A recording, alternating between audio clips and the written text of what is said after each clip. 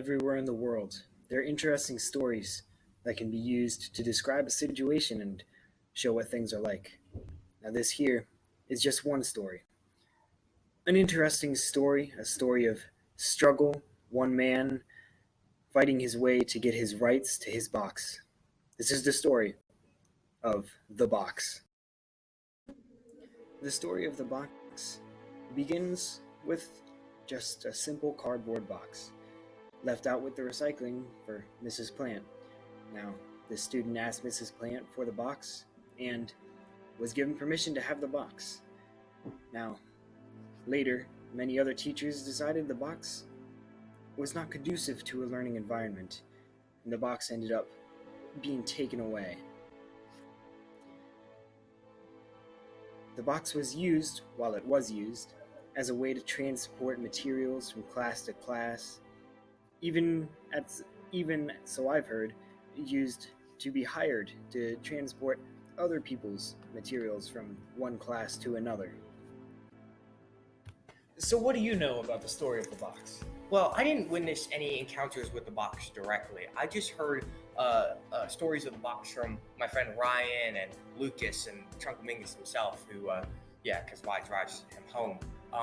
And so what I heard is that Mr. Begeman approached Chunko coming into school one day and forcibly removed the box from him.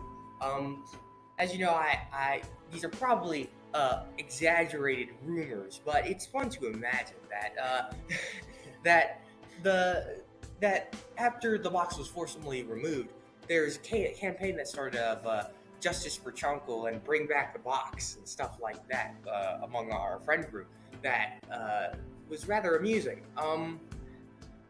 Other than that, after that campaign finished, I believe it was you and Lucas Vassar who got the box back. Chunko was actually earning money from people coming around and him carrying stuff carrying stuff for them in the box is what a rumor I heard. I didn't hear it from Chunko directly, but I heard that this was happening, and that's pretty much all I know about the box. So for you, it was mostly just something entertaining to think about. Yeah, it was entertaining, and school is kind of boring, so I like to entertain myself with various things. Makes sense. Mm-hmm. But yeah. So, how did you first come across the box? Well, I saw it in Mrs. Plant's class, right? And I thought, what a great utility tool. So, I grabbed it, right? And that was basically it. I carried all my stuff in it for a full 3 days before the principal told me I couldn't. And Mrs. Roy had to talk with me about not carrying a box.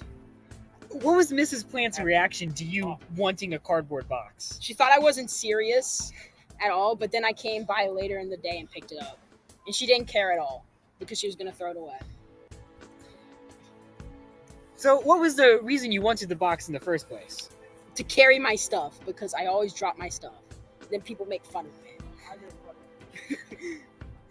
So where's the box now?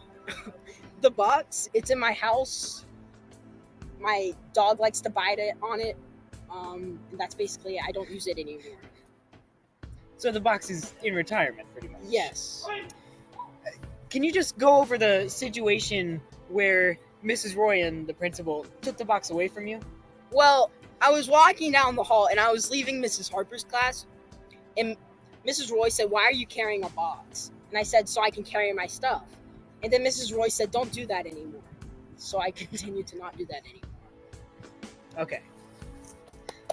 So I heard there was a situation where Mr. Begeman came and confronted you about the box. So I was walking to class right over there, and I was getting ready to go into the building, and they're looking at me weird because I was carrying a giant box. And Mr. Begeman said, "Oh, you can carry a bomb in that." And he said, "Don't carry that around anymore." So I just went into the building, and then that was the same day Mrs. Roy told me not to carry the box anymore. So that's when the box was forcefully taken from you? At the end of the day, yes. Okay. Well, thank you for that.